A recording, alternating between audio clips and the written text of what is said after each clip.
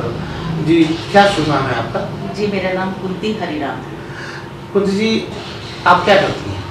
मैं वैसे तो हाउसवाइफ हूँ, लेकिन मेरी एक संस्था है बुंदेलखंड साहित्य कला अकेडमी, उसकी मैं अध्यक्ष हूँ और वर्तमान में मतलब उसकी अध्यक्ष हूँ और कवयित्री। कवयित्री हैं तो आपने कहाँ-कहाँ मंच शेयर किए, कहाँ-कहाँ आपका जुड़ाव रहा है? हाँ, मंच के शेयर करने की जहाँ तक बात है तो झांसी के स्थानीय मंचों पर तो किया ही है और एक दो बार करीब 3-4-5 बार मतलब समझ लीजिए बाहर भी गई हूँ। नीरज के साथ भी मैंने पढ़ा है, लेकिन मुझे मंच कुछ ज़्यादा जमा नहीं, इसलिए मैंने रचनात्मक कार्य ज़्यादा किया। कुंती जी, हमें जहाँ तक ज्ञान है, आपने एक पुस्तक भी रची है। जी। क्या नाम है उस पुस्तक का? जी, मेरी 2 पुस्तकें रिलीज हो चुकी हैं। पहली पुस्तक का नाम था अंधेरे में कंदील। ये दिल्ली साहित्य अकादमी से इसका मतलब प्रसारण उद्घाटन किया गया था। हाँ, उद्घाटन किया गया था और देश के सभी बहुत ज़्यादा अधिकतर मतलब वरिष्ठ साहित्यकार उस वक्त उपलब्ध थे, जैसे अनामिका जी, एस.एस. साहित्य कला अकादमी के एस.एस. नूर, मैत्री पुष्पा जी, राजेंद्र यादव जी और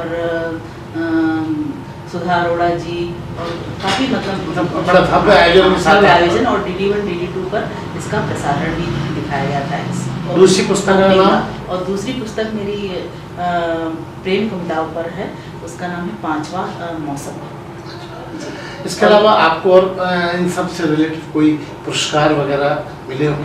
जी हाँ, मुझे स्थानीय और साहित्य के मंच पर मैं प्रदेशों में कई जगह जा चुकी हूँ, जैसे आगरा, नेल्लोर, मैसूर, मद्रास और उदयपुर, जयपुर, ऐसे कई जगह, केरल और भूटान, विदेशों की भी यात्रा की, भूटान, मलेशिया और नेपाल इत्यादि देशों में भी साहित्यिक कार्यक्रमों में गई हूँ। तो इन कार्यक्रमों में मुझे कुछ जो सम्मानित भी किया गया है और लेकिन एक विशेष पुरस्कार मुझे जो अपने प्रदेश सरकार से दिया गया था, माननीय मुख्यमंत्री अखिलेश यादव जी के द्वारा रानी लक्ष्मीबाई वीरता पुरस्कार और 1 लाख रुपये नगद राशि मुझे साहित्य, समाज सेवा और कला के लिए प्रदान की गई उनकी तरफ से। कुंती जी, इसके अलावा आपके और क्या शौक है?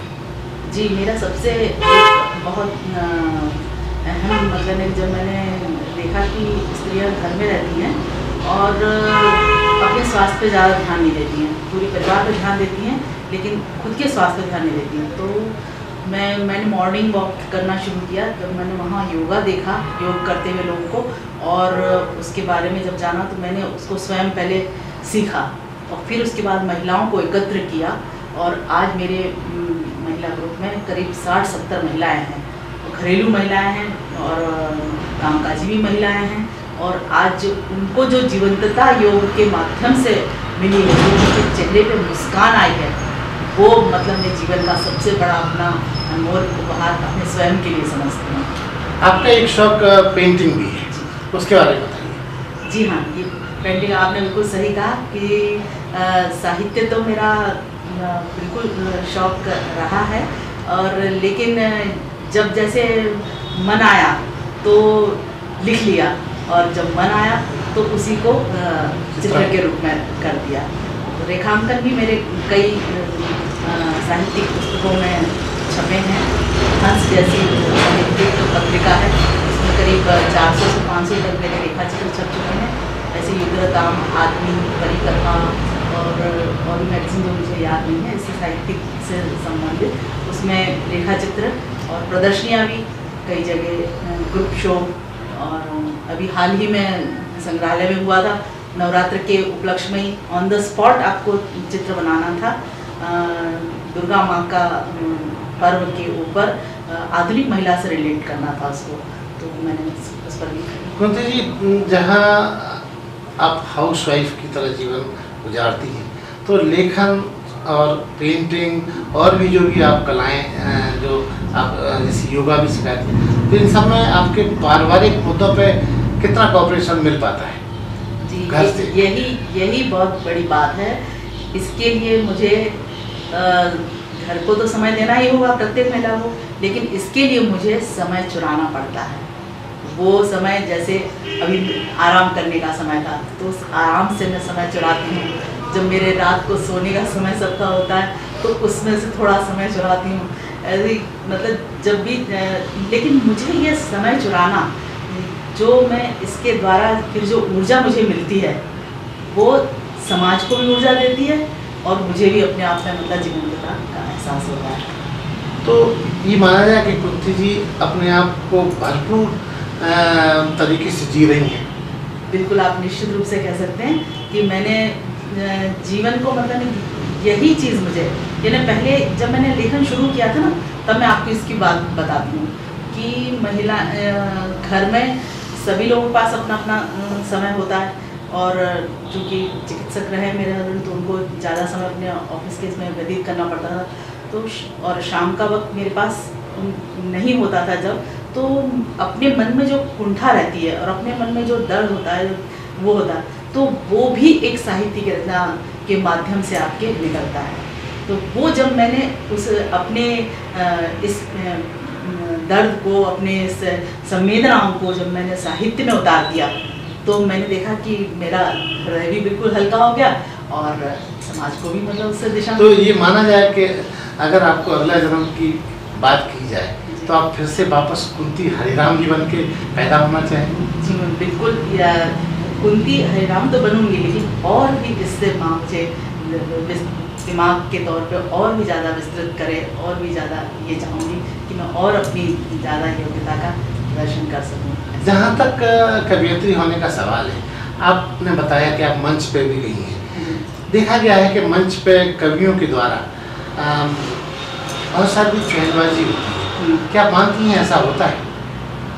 जी हाँ, मतलब ये बात बिल्कुल सही है आपकी कि इसी वजह से मैंने मतलब जो मंच को ज्वाइन, हाँ, उचित नहीं समझा कि उससे अच्छी मतलब रचनात्मकता जो, क्योंकि मंच जो है ना एक उसमें हास्य भी होता है और जनता को भी खुश करना होता है, उसमें विभिन्न, और मेरा जो कलेवर है वो पूरा एक गंभीर मतलब एक सोच वाला, एक चिंतन वाला है, तो वो मंच के ज़्यादा उपयुक्त भी नहीं था मतलब।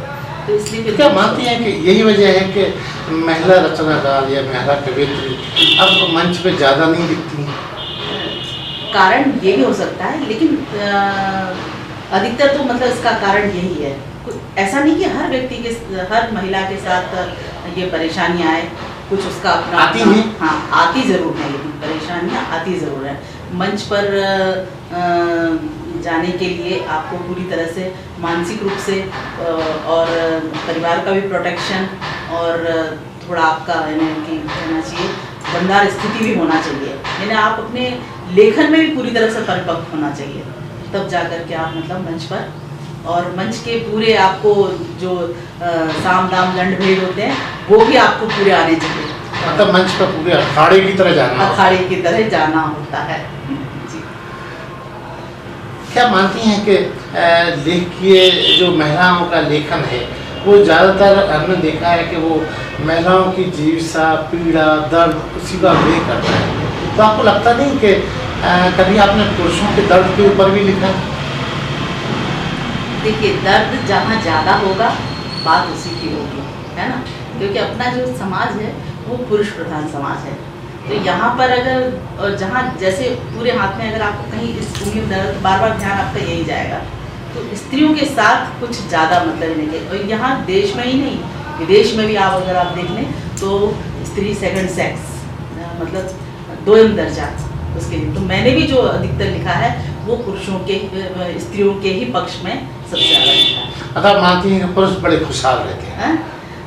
बड़े पुरुष स्वतंत्र तो हैं ही, ये बात तो बिल्कुल है। उन्होंने देखिए मानसिक स्वतंत्रता, उन्हें बाहर आने जाने की स्वतंत्रता, उन्हें कभी भी किसी समय घर में आने की स्वतंत्रता, उनको खाना बनाने से या किचन के काम से हर चीज़ से स्वतंत्रता। तो स्त्री को आपको क्या, अगर उसको बाहर का भी काम करना है तो पहले वो घर का गृह कार्य से पहले देखना, दोहरा जीवन। हाँ, दोहरा जीवन मतलब दोहरा तीहरा, और बच्चों को भी जो नैसर्गिक क्रियाएं हैं मतलब वो तो उसको करनी ही करनी है ना। तो तो पुरुष को अपने देश में सबसे ज़्यादा स्वतंत्रता प्राप्त है बजाय स्त्रियों के। आपने पेंटिंग में भी महिलाओं का चित्रण ज़्यादा किया है जी। और रचनाओं में तो है ही। हाँ। तो क्या आपको लगता है कभी अगर मौका मिले तो आप पुरुषों के लिए भी कुछ ऐसा दर्द जो उनका थोड़ा तो है जो उनको भी आप कहना चाहें? बिल्कुल बिल्कुल, ज़रूर करेंगे ऐसा कि आप अपने तरह से हमारे चैनल के दर्शकों को क्या नया कुछ कहना चाहें? तो महिलाओं को ये कहना चाहूँगी कि वो जितनी भी घरेलू महिलाएं हैं वो अपने लिए भी कुछ समय अवश्य निकालें। जिंदगी जीवन में एक बार मिलती है और उसको पूरी तरह से जीना चाहिए। स्त्रियों का भी पूरा हक है। हर स्त्री में एक हुनर होता है, हर स्त्री में एक खास बात होती है, बस स्वयं के अंदर जाकर उस चीज़ को टटोलने की है। और गलत जो भी मतलब है कि आपके सामने मतलब चीज़ें आती हैं उनसे आपको विरोध करके अपना हक मांगना है, लड़ना नहीं है, लेकिन गलत बातों का विरोध करके हमें भी जीने का हक अपने अस्तित्व को बचाना। हाँ, अपने अस्तित्व का उनको पूरी तरह से अपना बताना है कि हम भी, हमारा भी जीवन है और हमें भी जीने का पूरा हक है। और दूसरा, स्वस्थ रहने के लिए ये मैं ज़रूर कहूँगी, क्योंकि एक स्वस्थ शरीर में ही एक स्वस्थ दिमाग की रचना होती है। और जब स्वस्थ दिमाग होगा तो आप चूँकि परिवार की धुरी है स्त्री, तो वो जब दिमाग स्वस्थ होगा, शरीर स्वस्थ होगा तो दिमाग स्वस्थ होगा, दिमाग स्वस्थ होगा तो अपने घर के सब कार्य और बाहर के भी सब कार्य अच्छी तरह से संभाल। एक सवाल हो, चूँकि आप कभी जीवन बहुत लंबे समय से देख रहा हूँ, तो क्या मानती हैं नई पीढ़ी इसको कैरियर के रूप में देख सकती है? मैं इसको नहीं, साहित्य का तो साहित्य और कला किसी ज़माने में था कि मतलब महिलाओं का कला का मानना मतलब रंगोली हुई, आलेपन हुआ और भित्ति चित्र हुए और पारंपरिक चित्र हुए, इसी तरह से सीमित था।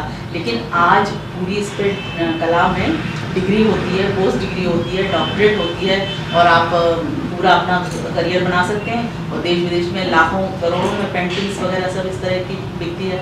और साहित्य में यदि आप देखिए सृजन किसी भी तरह का आप करें, चाहे आप मतलब लिखने में करें, चाहे आप इसमें करें, आपके उसमें मतलब है वो बात आनी चाहिए, मतलब हाँ, आपको सत्यनिष्ठा से, मेहनत से जब आप कोई भी कार्य करेंगे तो आपको निश्चित रूप से सफलता मिलेगी और आप इसको मतलब है कि करियर बना सकते हैं आराम से। धन्यवाद आपसे बात करने के लिए। मेरी कविता का शीर्षक है सेंसरशिप।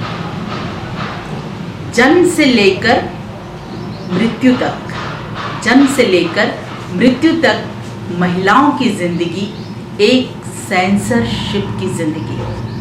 जन्म से लेकर मृत्यु तक महिलाओं की जिंदगी एक सेंसरशिप की जिंदगी, और नहीं है अगर सेंसर तो संपादित तो अवश्य है उनकी जिंदगी।